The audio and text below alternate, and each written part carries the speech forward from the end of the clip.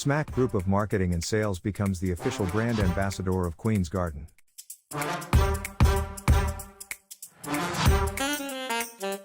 Pakistan's only leading organic honey.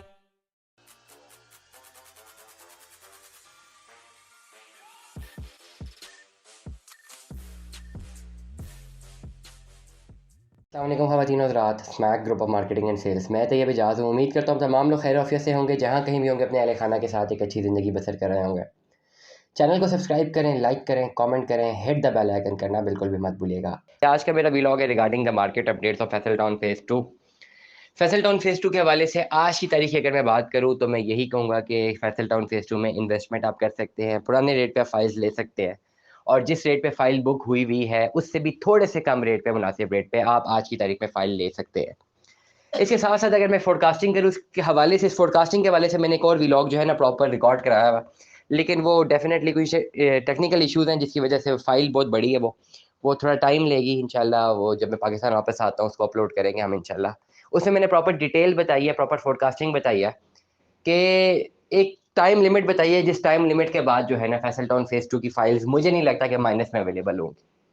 Start में जब Faisal town phase 2 अक्टूबर में लॉन्च हुआ, 12 अक्टूबर को मेरी ये पेशेंट गोई थी कि लोग जिस तरह तेज़ी से बुकिंग करवा रहे हैं इस चक्कर में कि बहुत ज़्यादा प्रॉफिट्स आ जाएंगे, ये प्रॉफिट्स नहीं आएंगे, फाइल्स माइनस में चली जाएंगी। मेरी पेशेंट गोई थी बहुत पहले और वही हुआ। नवंबर, दिसंबर, जनवरी, फरवरी ख़त्म हो चुका हुआ है। जितनी भी ट्रेड हुई है माइनस में, most of the trade minus में हुई है और जिन लोगों ने प्रॉफिट के लिए अपनी इन्वेस्टमेंट की थी उनको प्रॉफिट नसीब नहीं हुआ, बल्कि नुकसान में उनको फाइल्स सेल आउट करनी पड़ी हैं।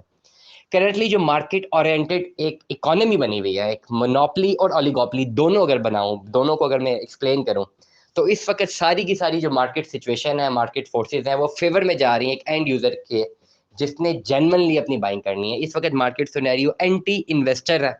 मार्केट की जो डोमेन है, मार्केट की जो नीश है, वो एंटी इन्वेस्टर है। इन्वेस्टर हाथ नहीं डाल रहा क्योंकि मार्केट की जो इन्वायरमेंट है वो उसको उस ज़्यादा बेनिफिट नहीं दे रही, सपोर्ट नहीं कर रही कि इन्वेस्टर अपना पैसा रोटेट करे, जिसकी वजह से डिमांड एंड सप्लाई में फ़र्क आया हुआ है। डिमांड जो है वो कम है, सप्लाई ज़्यादा है, जिसकी वजह से रेट्स कम है।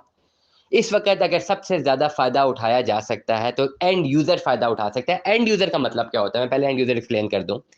इस मार्केट इकोनॉमी में, इस फाइल इकोनॉमी में एंड यूज़र वो होता है जिसने अपनी इन्वेस्टमेंट करनी होती है और वो अपना 4-5 साल का प्लान लेकर आता है, अपना जर्नी लेकर आता है कि भाई 4 से 5 साल तक उसने जर्नी क्लियर करना है। ना सिर्फ उसने डाउन पेमेंट देनी है बल्कि हर महीने रेगुलरली अपनी किस्तें जमा करवाते रहने हैं। 4-5 साल तक पैसे क्लियर करने हैं, जो टैक्सेशन है क्लियर करनी है। उसके बाद पोजेसन अप्लाई करना है और पोजेसन लेना है और इस पूरे जर्नी में उसने ना फाइल बेचनी है, ना मार्केट का रेट पता करना है, ना पूछना है कि क्या हो रहा है क्या नहीं हो रहा। हाँ, वो अगर कंसर्न रहेगा तो वहाँ पे डेवलपमेंट से कंसर्न रहेगा कि वहाँ पे डेवलपमेंट हो रही है नहीं हो रही। इस 4-5 सालों में वो वहीं का मुआवजा करता रहेगा और किसी चीज़ को मद्देनज़र नहीं रखेगा। ऐसी जिसकी अप्रोच होती है उसे कहा जाता है एंड यूज़र। तो इस वक्त जो मार्केट है वो बहुत ज़्यादा फेवर में जा रही है एंड यूज़र के। एंड यूज़र को बहुत ज़्यादा फ़ायदा मिलेगा इन द लॉन्गर रन, क्योंकि इस वक्त की जो स्ट्रैटेजी थी ना, इस फैसल टाउन फेज़ 2 की मैनेजमेंट की जानिब से, मार्केट फोर्सेस की जानिब से स्ट्रैटेजी ये थी कि 12 अक्टूबर को फाइल्स लॉन्च करनी है। 12 अक्टूबर से अक्टूबर में फाइल लॉन्च करनी है। एक हफ्ते में जो है डिमांड जनरेट करके सारी बेच डालनी है। उसके बाद पुराने रेट्स क्लोज कर देने और साथ ही नए रेट्स लेकर आने हैं। 3-4 लाख का मार्जिन रखना है नए रेट्स पे, ताकि पुराने रेट्स पे जिन इन्वेस्टर्स ने फाइल ली है वो इजीली बेच सके। उन लोगों को जो टाइमली अपनी बुकिंग नहीं करवा सके लेकिन इन्वेस्टमेंट करना चाह रहे थे, उनको फाइल्स मिल जाए और वो उनको प्रॉफिट में मिलती। लेकिन पहला पार्ट 1 तो बड़ा अच्छा एग्जीक्यूट हुआ फैसल टाउन फेज़ 2 की मैनेजमेंट की जानिब से, मार्केट फोर्सेस की जानिब से। लोगों ने इंटरेस्ट लिया, 7 दिन में सारी की सारी फाइल्स बिक गई। लेकिन जो फेज़ 2 था वो नज़र हो गया मुल्क की हालात के, मुल्क की इकोनॉमी जो अचानक बैठ गई। अनफॉर्चुनेटली 12 अक्टूबर के बाद डिफ़ॉल्ट वाली खबरें ज़्यादा आना शुरू हो गई। लोगों का जो इन्वेस्टर्स का जो पैनिक था वो हट गया। फिर 2 प्रोविंसेस की गवर्नमेंट जो है वो कभी डिसॉल्व होती थी, कभी नहीं होती थी। तो ये एक सियासी जो है गहमा-गहमी रही है, आईनी बुरहान रहा है। ये तमाम फैक्टर जो है ना ये एम्फसाइज़ कर गए इकोनॉमिक फैक्टर में। जो लोग कहते हैं कि पॉलिटिकल जो फैक्टर्स हैं वो नहीं एक एम्फसाइज़ करते प इकोनॉमिकल फैक्टर में, गलत कहते हैं। देख लें, आपके सामने एक मिसाल मौजूद है। पॉलिटिकल अनसर्टेनिटी होती है तो इकोनॉमिकल अनसर्टेनिटी आ जाती है। आपके सामने हालात मौजूद है, बेहतरीन हालात चल रहे थे, लेकिन जैसे ही पॉलिटिकल अनसर्टेनिटी आई है, मुल्क की मईशत जो है वो एक तनज़्ज़ुली का शिकार हो रही है और ये सब लोग जानते हैं। तो ये बड़ा इम्पैक्ट है पूरे मुल्क में ना, ये तमाम तर एस्पेक्ट्स एक दूसरे के साथ कनेक्टेड होते हैं। आपके political views, political behaviours connected होते हैं आपकी इकोनॉमी के साथ। इसके साथ साथ आपके मुल्क में अमन अमान जो होता है, पीस एंड कॉन्फ्लिक्ट, ये बड़ा कनेक्ट करता है आपकी इकोनॉमी के साथ। ओवरऑल एक आम आदमी की ज़िंदगी में ना दो चीज़ें होनी चाहिए। पहली चीज़, उसको बहुत ज़्यादा जो फेवरेबल होनी चाहिए कि उसका रोज़गार हो, वो कमाए, उसके पास पैसा अवेलेबल हो, परचेजिंग कैपेसिटी हो। सबसे पहले उसकी जो हाउस होल्ड है वो कंप्लीट हो, उसके बाद जो है परचेजिंग कैपेसिटी हो कि वो अपना घर बनाए, गाड़ी शाड़ी खरीदे। ये हर एक का फंडामेंटल राइट है। इसके साथ साथ दूसरा राइट ये है कि फंडामेंटल जो उसके फंडामेंटल्स है, बुनियादी हकूक है, वो उसकी रियासत जो है ना, उसके बुनियादी हकूक को जो है ना वो सेफ गार्ड करे। किसी भी मुल्क में जब ये दोनों चीज़ें डिस्टर्ब हो जाती हैं तो पूरी की पूरी इकोनॉमी बैठ जाती है। और ये दोनों चीज़ें डिपेंड करती हैं आपकी पॉलिटिकल स्टेबिलिटी या अनस्टेबिलिटी के साथ। जिन मुल्कों में पॉलिटिकल स्टेबिलिटी है, उनकी इकोनॉमिक स्टेबिलिटी भी है, पूरी दुनिया में आप देख लें। और उनकी फंडामेंटल जो राइट्स है, बुनियादी इंसानी हकूक है, वो भी महफूज हैं जिस जिस मुल्क में पॉलिटिकल स्टेबिलिटी है।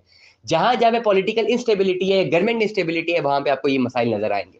तो इसलिए सारे के सारे जो फैक्टर्स है ना इस वक्त, वो एंड यूजर के ना बड़ी फेवर में जा रहे हैं, क्योंकि इस पर्टिकुलर सारे सिनेरियोज इंपैक्ट करते हैं आपकी इकोनॉमी पे, ट्रेड इकोनॉमी पे। डिमांड जो है वो कम हो जाती है, सप्लाई ज्यादा होती है, रेट गिरते हैं। और इस पर्टिकुलर पोजीशन पे जो भी बंदा अपनी इन्वेस्टमेंट करता है वो लॉन्ग रन में बहुत ज्यादा फायदा ले लेता है। ये हालात अभी नहीं आए 2023 में, 1998 में भी ऐसे हालात थे, लोगों ने तब भी इन्वेस्टमेंट्स की हैं। 1998 में हमने सुना ना, ये बहरिया टाउन 98 99 में इसका नाम आया, if I am not wrong. उस वक्त ये मुल्क ऐसे हालात में चला गया था, और मुल्क तो ऐसे हालात में चला गया था कि जहाँ पे लोगों के पास डॉलर से गवर्नमेंट उनको भी जब्त करने का सोच रही थी, जहां तक मेरी हिस्ट्री की नॉलेज है। लेकिन मुल्क निकला, रिवाइव हुआ। फिर हमने देखा 2006-07 तक की इंडिकेटर्स देखे, 2008 में दोबारा रिसेशन आया, 2013 में फिर था, 13 14 15 फिर एक अच्छा था, 16 17 में फिर रिसेशन था, 18 में भी रिसेशन था, 19 20 अच्छा गुजरा था, 2021 बड़ा अच्छा साल गुजरा था फाइनेंशियली।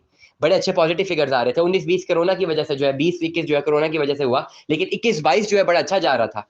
लेकिन अगेन ये है, तो हमारे मुल्क में ये प्रॉब्लम है, हमारी इकोनॉमी में प्रॉब्लम है, अनसर्टेन रहती है, अनस्टेबल रहती है। तो इसलिए एंड यूजर ये ना सोचे कि मैं पैसा लगाऊंगा डूब जाएगा।